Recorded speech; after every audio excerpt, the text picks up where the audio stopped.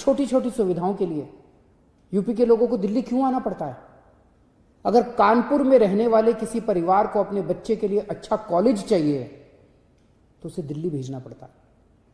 गोरखपुर में रहने वाले किसी गरीब परिवार को अपने माता पिता का इलाज करवाना है तो उसे दिल्ली आना पड़ता है। आखिर क्यों? क्या भारत का सबसे बड़ा राज्य, भारत का सबसे बड़ा विकासशील राज्य नहीं बन सकता, विकसित राज्य नहीं बन सकता?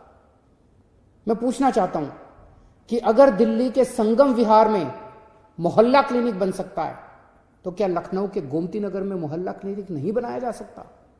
अगर दिल्ली के सरकारी अस्पताल देश के सबसे बेहतरीन अस्पताल बन सकते हैं तो यूपी के सरकारी अस्पतालों की हालत इतनी खराब क्यों है?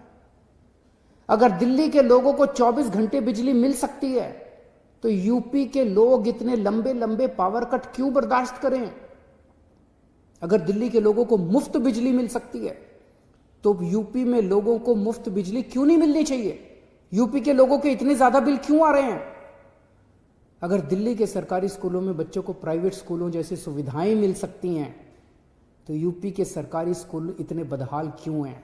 दिल्ली के स्कूलों को लेकर और दिल्ली के अस्पतालों को लेकर के जो ढकोसला अरविंद केजरीवाल और उनकी सरकार करती है, उत्तर प्रदेश की योगी सरकार ढकोसले पर विश्वास नहीं करती। पूरी दिल्ली में कक्षा 1 से लेकर 12 तक के सारे सरकारी स्कूलों की संख्या 1024 है और हमारे उत्तर प्रदेश का जो सबसे छोटे से छोटा भी जनपद होगा उसमें केवल कक्षा 1 से 8 के स्कूलों की संख्या भी 2000 से कम नहीं है।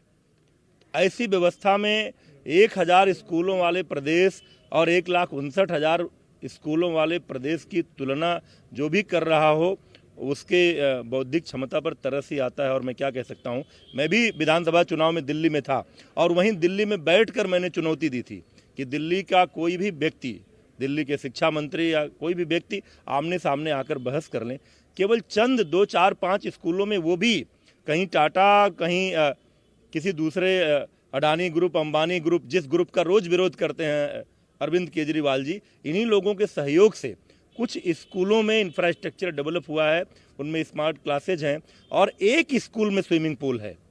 लेकिन दिल्ली सरकार का सारा बजट विज्ञापन कर खर्च होता है, इसलिए पूरे देश को ऐसा बताते हैं जैसे दिल्ली के सभी स्कूलों में स्विमिंग पूल हो। मैं अरविंद केजरीवाल जी को और उनके शिक्षा मंत्री माननीय उप मुख्यमंत्री आदरणीय मनीष सिसोदिया जी को भी, दोनों को आमंत्रण देता हूं, आएँ, हमारे साथ चलें या अकेले जाएं, उत्तर प्रदेश के स्कूलों का भ्रमण करें तो उनकी आंखें खुल जाएंगी। और आए, इस मुद्दे को लेकर ही उत्तर प्रदेश की राजनीति में भी पांव पसारने की कोशिश कर रहे हैं, आए इसी मुद्दे को लेकर राजनीति कर लेते हैं।